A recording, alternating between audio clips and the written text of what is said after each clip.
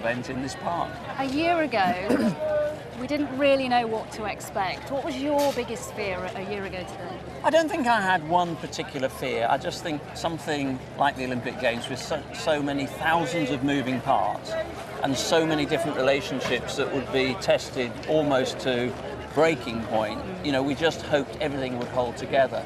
And actually, the great thing about it was the people that made the games. It was the games makers, the volunteers, the spectators. Look at the people now. They're back. I know. In their thousands, in their tens of thousands. Whose idea was it to do this? Well, to have an anniversary game? We looked at trying to create as many opportunities as quickly as we can. I mean, the park is in transition. You know, the stadium is being converted, the aquatic centre behind us, those wings have disappeared, and it actually shows the beautiful shape that it was. So it was really about getting as many events in here as quickly, and UK Athletics were very keen, if at all possible, to use the stadium before we went into that transition for multi-purpose. A brilliant atmosphere. I came on the javelin, you came on the tube. I came on the tube. Everyone in their T-shirts, their Olympic T-shirts, just talking about their memories of the years. Well, everybody talking about the games and also talking to each other again, which was it was one of the endearing features of the games last time. No, the atmosphere is fantastic, and we've got 3 full houses here. 60,000 a night for 3 nights. One memory, what's your most enduring memory of the whole shebang? You know, I think for me it's people. It's the spectators, it's the volunteers, it's the people. It was the generosity of spirit of so many people, and particularly Londoners, that made such a massive, massive difference to this. So, no, for me it was people. Great British sporting moments, Olympic and Paralympic, David Weir, Mo Farah. On that note, why couldn't the Paralympics and the Olympics have come together for the next 3 days? Why have we got 2 days of Olympics and then the Paralympics? We've proved that the Games were of equal success.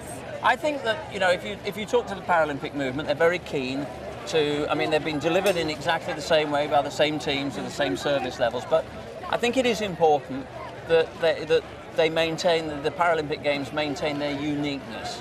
And I think that's what Paralympic sport does.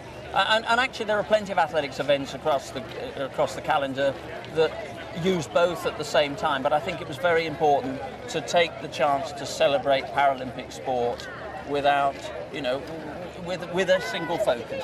I don't want to dent the celebrations tonight. I've got to ask you. Obviously, drugs are back in the headlines. Yes, of course. From your point of view, are you confident that London was clean? Yes, I am. You can never be sure. You always have to hope that we had the technology that was the equal of whatever was being used, if it was being used out there.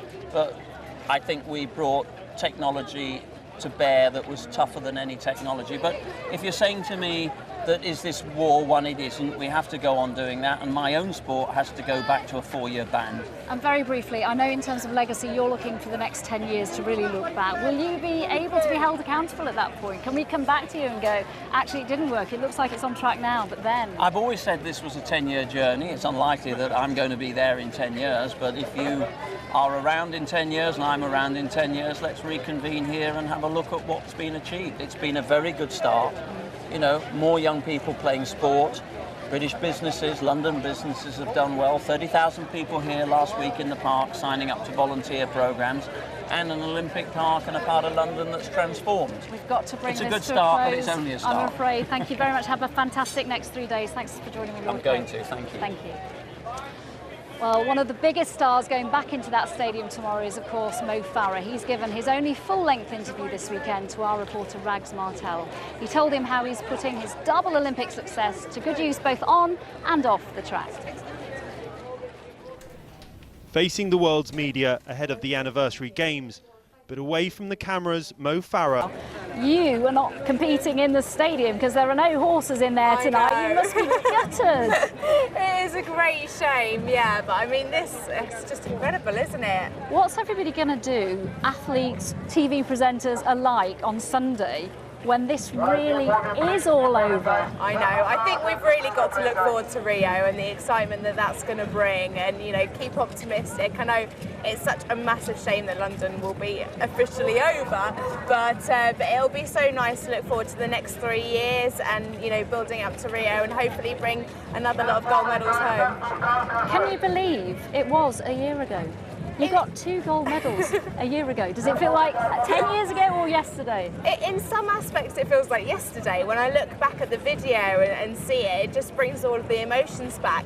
And then I think back to how much I've done between last year and now. It's been so busy and I can't believe how much I've crammed in. So yeah, I mean, it just still brings back all the emotions coming back here and seeing all the excitement and, you know, all of the amazing Olympic Park. It's just so great.